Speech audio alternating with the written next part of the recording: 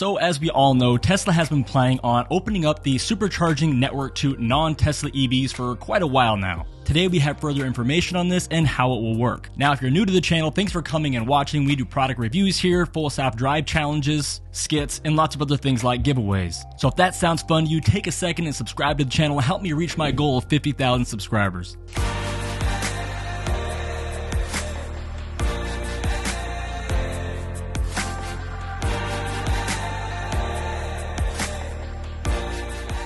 Okay, so as I mentioned, we've known that Tesla was going to be opening up their supercharger network now for over a year. It was rumored that they were going to do it last year, but that of course didn't happen. And now it appears we have a little better idea of when that timeline is going to actually be. In fact, the Biden administration came out this morning saying that Tesla will be opening 7,500 superchargers by the end of 2024. So, just about 2 years from now. Now, part of the reason why Tesla can't just open up to other non-Tesla EVs is because of how the charging works with superchargers. Here in the United States and Canada, they use a proprietary connector that only works with Teslas. Other countries like Europe don't use the proprietary connector. They use the CCS adapter, which means they could easily just turn it open to other non-EVs. But here in America, we have to actually go and figure out how to solve that. So it's still an ongoing assumption that Tesla will be providing the adapter at the supercharging station so that anybody who pulls up with the CCS adapter, which is the most popular one out there, will be able to use the supercharger. Now, of course, if you have a Tesla, you still will be able to use the regular proprietary connector that you're used to using. You're just going to see in some form, the CCS adapter there at the supercharger station. But again, that only affects non-Tesla EVs. So why now and why 7,500 new chargers? Now, keep in mind that 7,500 chargers, not superchargers. We're going to get to that in just a second. Well, this is all part of the Biden administration to have 500,000 new EV charging stations in America. And they want to do this by the end of 2030. Now, not only Tesla has committed to this, but other large EV makers such as GM, Ford, and ChargePoint, or among others, are going to be a part of making this happen. It was announced that GM and charging company Flow will be constructing over 40,000 level 2 connectors as well. So between all the companies that are committed to this, they should have over 100,000 public chargers by the end of next year, 2024. Now, this is really great news for potential EV buyers or even current EV buyers, because one of the biggest things that I hear people talk about that are nervous about owning an EV is the fear of running out of charge and not being able to get to a charging station. We're also used to having a gas station at every single corner that when you get in your car, you never worry about running out of fuel. The slightest bit of planning will make sure that doesn't ever happen. In fact, when you're on road trips and you see your gas starting to get kind of low,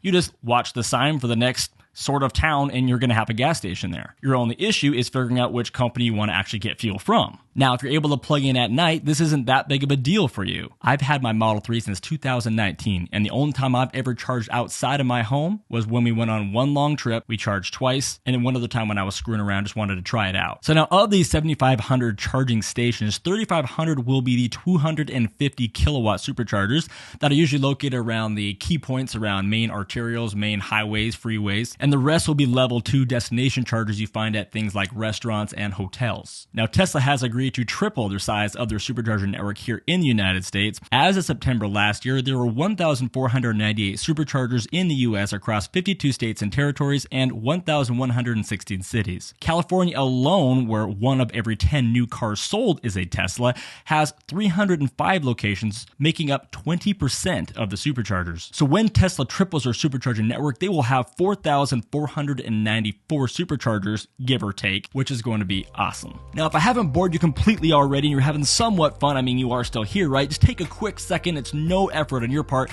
and go down and just hit that like button for me. That really helps the channel. Thanks so much. Now, my wife and I just this last weekend took a trip up to Canada from Seattle. Now, this trip was going to be about 250 miles, which my car can do on a full charge. However, it's really pushing it. So we stopped before we got to the border at a supercharger station. And then on the way home, we stopped at that same supercharger again. Now, our experience was great. Most of these superchargers are near some kind of a coffee shop or food or some kind of entertainment of sorts. Not that you really need it. You do have a full entertainment system in your car if you pay for the data or if you can hotspot to your phone. But this does bring up a problem, because what happens is we were talking to some other people there and they were saying that last week you couldn't even use these 12 superchargers, and this is up near Bellingham, right by the border in Washington. And they said you couldn't really use them because all these giant lifted trucks went and parked all along the spot sideways, so nobody could get in there to actually use them. You know what I'm talking about. There are these people people that are afraid to admit where this world is going. They're trying to stand in the way of progress or whatever they think they're going to accomplish. So they just come out there and piss everybody off. Now, we know this has been a problem since superchargers started opening up. You've seen posts all over TikTok, Twitter, people posting pictures of,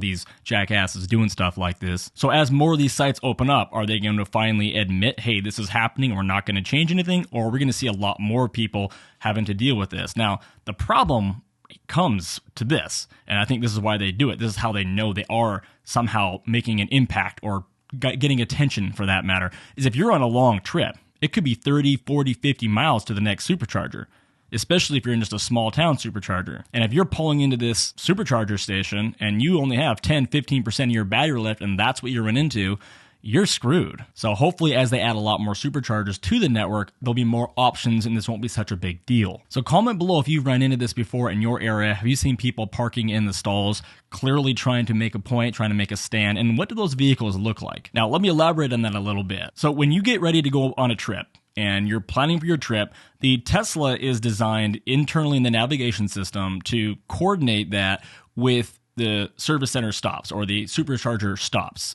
So if you're going on a trip and the car knows it's going to need a charge, you can set the parameters for when the car should charge. It's going to automatically route you to different superchargers. So when it does that, you can look at the supercharger on your map and it's going to tell you some information on there. It's going to tell you how many stalls are available. It's going to tell you if there's some kind of an issue with the supercharger station, if it's shut down or not. This is another problem that we have, we'll talk about in a minute. And it's going to tell you the current cost of charging. However, what it doesn't tell you is if some big truck is parked in the stall. So you can plan for all the other issues, you can't plan for that one. But that does bring up my next point, which is that these service stations have to go down sometime for maintenance or because there's just simply problems with them. So again, currently, if you've only got one option in a very long stretch, you're going to know about it, but it's going to be nice to have multiple stops. So as you get more and more different vehicles using these superchargers now, non-Tesla EVs, a lot more traffic, going to need a lot more maintenance. Sometimes these superchargers can be down for like a month. So what are they going to do to keep up with all the maintenance of all these? Hopefully that's part of this 2-year plan where they launch this, is they're going to have a whole system for keeping these things up and operational, since so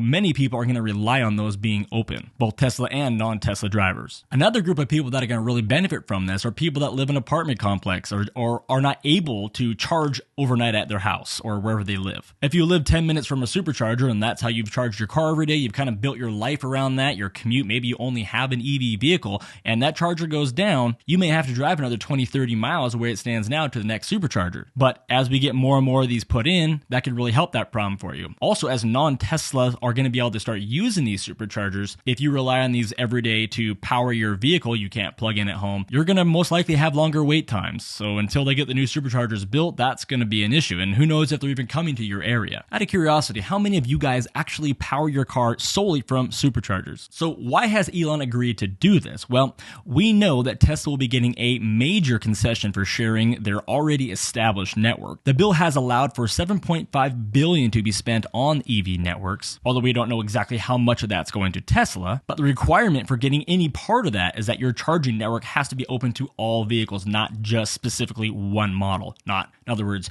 your own vehicles. Now, the bill also outlines other requirements, such as the final assembly of the chargers must take place within the United States, and by July of next year, 2024, at least 55% of the components inside of these chargers have to come from U.S. companies, which makes sense because it's being funded by federal dollars. Now, the bill has 3 kind of major components to it. The one we talked about, $7.5 billion for the infrastructure, $10 billion for clean transportation, and $7 billion for battery components specifically for EVs. Now, the Biden administration goal for EVs is to make up half of all vehicle sales in the United States by 2030 and reach net zero by 2050. Now, some states have already taken action to make their states go all EV on their new sales. Now, my state of Washington is to have all the sales of lightweight vehicles to be EVs by 2030, just 5 years ahead of California, whose goal is 2035, followed by Oregon at 2040. And I'm sure there's others out there I just don't know about. So it looks like this thing's coming, this whole EV electric world. I know a lot of people don't like that. Maybe you do, maybe you don't. There's pros and cons to both sides of this, of course, but it looks like there's something happening in this space, and it's going to be interesting to see what the future brings. So that's going to wrap up this one. Don't forget to follow for future updates, and I'll see you guys all in the next one.